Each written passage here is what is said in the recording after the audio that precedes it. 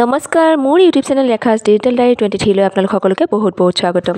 শিৱৰাত্ৰি উপলক্ষে আমিও গ'লোঁ মন্দিৰলৈ আৰু এইটো হৈছে মংগলদৈৰ এটা শিৱ মন্দিৰ আৰু এই শিৱ মন্দিৰটো মংগলদৈ আদালত চৌহদৰ নিচে কাষতে আছে। এই মন্দিৰটোত আমি প্ৰত্যেক সোমবাৰেই যাওঁ, কিন্তু আজি অলপ বিশেষ লাগিছে কাৰণ মহাশিৱৰাত্ৰি উপলক্ষে গোটেই চৌহদটো ধুনীয়াকৈ সজাই তোলা হৈছে। কোৱা হয় যে মহাশিৱৰাত্ৰিৰ দিনাখন মহাদেৱ নিজেই সাক্ষাৎ পৃথিৱীলৈ নামি আহে। পুৰাণৰ কাহিনী অনুসৰি এই শিৱৰাত্ৰিৰ দিনাখনেই মহাদেৱ বৰযাত্ৰীসহ মাতা পাৰ্বতীৰ ঘৰলৈ গৈছিল আৰু বৰযাত্ৰীৰ লগত আছিল ভূত পিশাচ। সেইবোৰ দেখি মাতা পাৰ্বতীৰ ঘৰৰ মানুহ নিশ্চয়কৈ ভয় খাইছিল, কিন্তু মাতা পাৰ্বতীয়ে একেবাৰে ভয় খোৱা নাছিল আৰু মহাদেৱক স্বামীৰূপে স্বীকাৰ কৰিছিল আৰু মহাদেৱক মাতা পাৰ্বতীয়ে পৃথিৱীৰ আটাইতকৈ ধুনীয়া ব্যক্তি বুলি কৈছিল।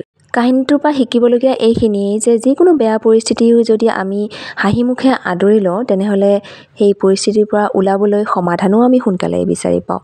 আৰু এষাৰ কথা আছে, ৰূপেনো কি কৰে, মানুহৰ গুণেহে সংসাৰ তৰে। বহুত বিশেষ মই নাজানো, কিন্তু যিখিনি শুনিছোঁ সেইখিনি মহাশিৱৰাত্ৰি উপলক্ষে অকণমান ক'বলৈ চেষ্টা কৰিছোঁ। আচলতে ভগৱান হৈছে এক বিশ্বাস আৰু সেই বিশ্বাস ৰাখিয়েই মানুহে ভগৱানক পূজা কৰে। ঠিক তেনেকৈ ময়ো কৰোঁ আৰু মই ভগৱানক বহুতেই বিশ্বাস কৰোঁ।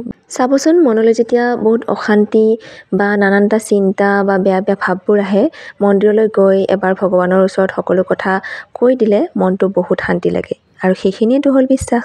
বাৰু যি কি নহওক, মহাশিৱৰাত্ৰিৰ পূজা নিশ্চয়কৈ সকলোৰে ভালে ভালেই গৈছে। মহাদেৱে সকলোকে সুমতি প্ৰদান কৰক, মংগল কৰক। ভিডিঅ'টি ইমানতে সামৰিছোঁ, বাই।